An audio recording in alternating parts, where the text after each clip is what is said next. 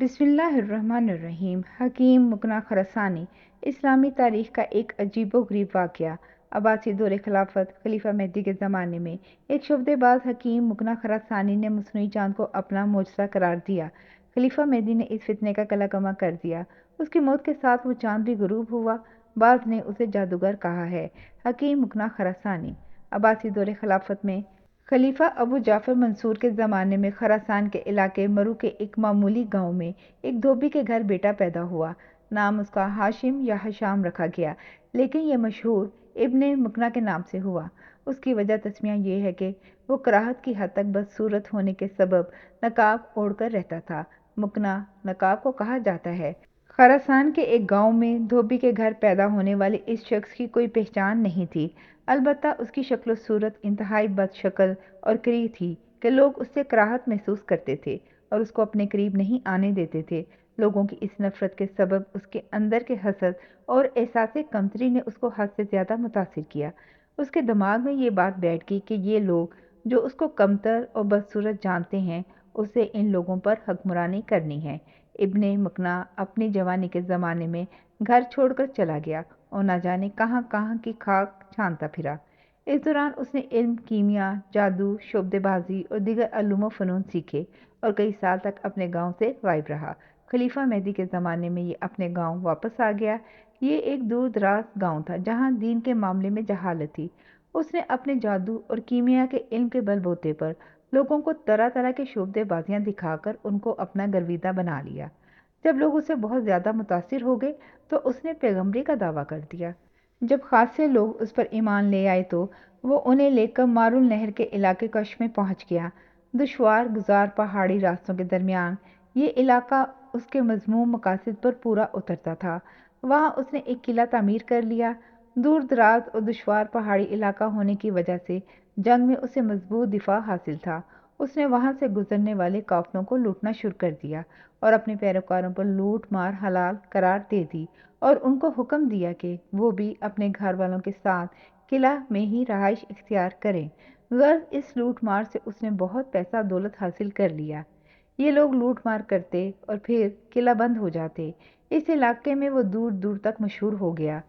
لوگ اسے دیکھنے اور اس سے مناظرہ کرنے آتے تھے۔ کہا جاتا ہے کہ اس کو کوڑ کا مرض بھی لاحق ہو گیا تھا، جس کی وجہ سے اس کی ناک اور ہونٹ گل کر جھڑ چکے تھے۔ اب اس نے اپنی بدصورتی چھپانے کے لیے سونے کا ماسک یا نقاب پہننا شروع کر دیا تھا، جسے ہر وقت چہرے پر چڑھائے رکھتا تھا۔ اس نے یہ مشہور کر دیا کہ نعوذ باللہ جبرائیل علیہ السلام نکشف کے ایک مقام پر اس سے کلام کرتے ہیں اور اس کو حکمت کی باتیں بتاتے ہیں۔ ان کے حکم کے مطابق عام گناہگار انسان اس کا چہرہ دیکھنے کے روادار نہیں ہیں، اس لیے وہ اپنا چہرہ چھپا کر رکھتا ہے۔ بہت سے لوگوں اور بغداد کے علماء نے اسے جھوٹا کہہ کر معجزہ دکھانے کو کہا تو اس نے ایک نقلی چاند بنایا جو نکشف کے علاقے کے ایک کنویں سے طلوع ہوتا تھا۔ نکشف ترکستان کے ایک شہر کا نام ہے جسے ترکی میں کرشی کہتے ہیں۔ علماء اور ماہرین کا خیال ہے کہ اس نے ماہ نکشف بعض فلزات مثل سیماب وغیرہ کی لوک سے بنا کر نکالا تھا جو 2 ماہ تک غروب نہیں ہوتا تھا اور 15 میل تک اس کی روشنی پہنچتی تھی۔ یہ چاند سیماب اور چاندی کے اجزائے ترکیبی اور مکنہ کے فن شعبدہ بازی کا کمال تھا۔ ضعیف العقیدہ لوگ اسے خدا سمجھ بیٹھے۔ وہ چاند نکشف کے کنویں سے طلوع ہوتا اور تقریباً 15 میل کی مسافت کو روشن کرتا تھا۔ یہ ایک حیرت انگیز بات ہے کیونکہ آج سائنس کی حیرت انگیز ترقی کے باوجود سائنسدان بجلی کے ہوتے ہوئے کوئی ایسا بلب ایجاد نہیں کر سکے ہیں جو اکیلا اتنے بڑے علاقے کو روشن کر سکے۔ اردو ادب میں بھی اس کا ذکر ملتا ہے۔ ابن مکنہ کے چڑھائے اس چاند کی خبر دور دراز تک پہنچ گئی اور لوگ جوگ در جوگ اس کے پیروکاروں میں شامل ہونے لگے۔ بہت سے لوگ گمراہ ہوئے اور اس کو سجدہ کر کے خدا مان لیا۔ مکنہ کے پیروکار رات میں چاہے نکشف کے گرد جمع ہو جاتے اور پھر مکنہ چاہے نکشف سے چاند طلوع کرتا جو کافی بلندی پر جا کر معلق ہو جاتا اور ہر طرف روشنی پھیل جاتی جو میلوں دور تک نظر آیا کرتی تھی۔ اس وقت کے خلیفہ مہدی تک اس فتنے کی خبر پہنچی تو اس نے اس فتنے کو زیادہ سنجیدگی سے نہیں لیا، کیونکہ اس وقت وہ خود بہت سے مسائل میں الجھا ہوا تھا، جن میں ایک بنو امیہ کی بغاوت تھی۔ دوسری بات یہ کہ اس دور میں اس قسم کے فتنے اکثر سر اٹھاتے رہتے تھے لیکن کچھ عرصے بعد خود ہی ختم بھی ہو جایا کرتے تھے۔ خلیفہ مہدی نے اس کو معمولی سمجھ کر نظر انداز کر دیا، لیکن خلیفہ کی یہ لاپرواہی انتہائی سنگین نوعیت کے نتائج لائی۔ ابن مکنا کا فتنہ صرف اس کے علاقے تک محدود نہیں رہا بلکہ دور دور تک پھیل گیا۔ اس کے پیروکار نہ صرف ہر گزرنے والے قافلے کو لوٹنے لگے بلکہ اب ان کی دیدہ دلیری اور بدماشی اس حد تک بڑھ چکی تھی کہ یہ قافلوں میں شامل عورتوں اور لڑکیوں کو بھی قید کر کے ان کو اپنی لونڈیاں اور باندیاں بنانے لگے۔ اب ابن مکنا طاقت کے نشے میں سرشار تھا۔ اس نے خدائی کا دعویٰ کر دیا۔ اس نے علاقے کے حاکموں کو خطوط روانہ کر دیے جس میں اس نے دعویٰ کیا کہ نعوذ باللہ خدا اس کی ذات میں حلول کر گیا ہے، لہٰذا وہ اس کو خدا تسلیم کیا جائے اور اس کی مکمل اطاعت کے ساتھ ساتھ نذرانے پیش کیے جائیں۔ ایسا ہی ایک خط اس نے خلیفہ مہدی کو روانہ کیا جسے پڑھ کر خلیفہ سخت طیش میں آ گیا۔ اس کو اپنی لاپرواہی کا احساس ہوا اور اس نے جواباً اپنی فوج اس فتنے کی سرکوبی کے لیے روانہ کر دی۔ خلیفہ مہدی نے اسے ایک معمولی آدمی سمجھا اور اس کے لیے فوج کے چند دستے روانہ کیے۔ یہ خلیفہ کی بہت بڑی بھول تھی۔ ابن مکنا کی فوج نے خلیفہ کی فوج کو شکست سے دوچار کر دیا۔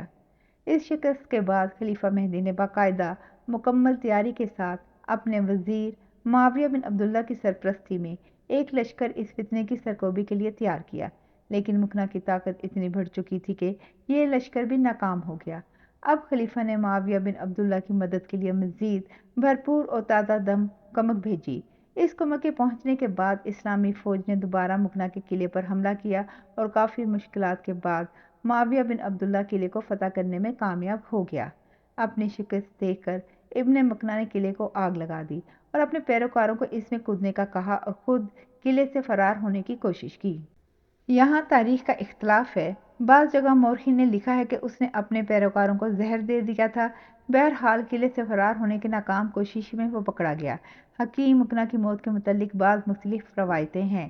بعض لوگ کہتے ہیں کہ مسلمان قلعے میں داخل ہو گئے اور انہوں نے مکنا کو قتل کیا۔ بعض لوگ کہتے ہیں کہ اس نے پہلے اپنے تمام رفقا اور رشتہ داروں کو زہر پلایا اور پھر خود بھی زہر پی لیا۔ ایک روایت یہ ہے کہ اس نے ایک گھڑے میں آگ جلوائی اور اپنے معتقدین کو جمع کر کے کہا کہ جو لوگ میرے ساتھ فردوس بری میں رہنا چاہتے ہیں وہ اس آگ میں میرے ساتھ کود جائیں۔ چنانچہ بہت لوگ اس آگ میں کود گئے، ان میں حکیم مکنا بھی تھا۔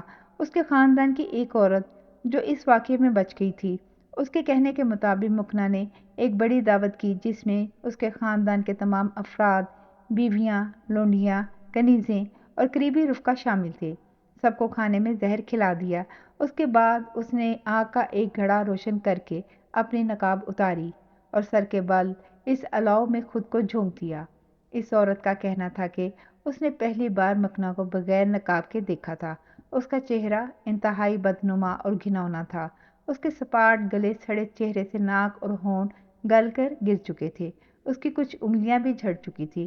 الیاس سیتا پوری نے اپنے ناول چاند کا خدا میں مکنا خراسانی کے واقعات بڑے بہترین انداز میں بیان کیے ہیں۔ مکنا کے بنائے چاند کے متعلق دور جدید میں ماہرین مختلف تھیریز پیش کرتے ہیں۔ کوئی کہتا ہے کہ اس نے پارے اور چاندی کے املگم سے کوئی دیو ہیکل محدب عدسہ یا کرہ تیار کیا تھا جو چاند کی روشنی کو کئی گنا زیادہ روشن منعکس کرتا تھا۔ کچھ کہتے ہیں کہ اس نے کوئی ایسا میکانیکی آلہ تیار کیا تھا جو اس کرے کو بہت بلندی پر لے جاتا تھا، وغیرہ وغیرہ۔ لیکن عام خیال یہی ہے کہ کچھ علم کیمیا کے ساتھ ساتھ چاہے نقشب کے اس چاند میں مکنا کی جادوگری، شبدے بازی اور نظر بندی کا کمال بھی تھا۔ چاند کا یہ خدا 8 سال لوگوں میں اپنے جھوٹے خدائی کے دعوے گھڑتا رہا، لیکن بالآخر اپنے انجام کو پہنچا۔ ابن مکنا کی موت کے بعد اس کا چڑھایا ہوا چاند چند دنوں تک آسمان کو روشن کرتا رہا، لیکن ایک دن چاہے نقشے میں ڈوب کر ٹوٹ گیا اور ہمیشہ کے لیے غروب ہو گیا۔ رہ نام اللہ کا شمسی توانائی کے ایک ماہر سائنسدان عباس علی رستم ایرانی نے چاہے نقشب کی سائنسی تحقیق سیکرٹ آف مون آف نقشب کے عنوان سے لکھی ہے جو کافی دلچسپ ہے۔ انہوں نے نیوٹن کے ایک اصول کا حوالہ دیا ہے جس کے مطابق کسی بھی مائع سیال کو ایک خاص رفتار سے گول گھمایا جائے تو وہ روشنی کو کئی گنا بڑھا کر منعکس کرتا ہے۔ دنیا کی پہلی دوربین بھی اسی اصول کے تحت ایجاد ہوئی تھی۔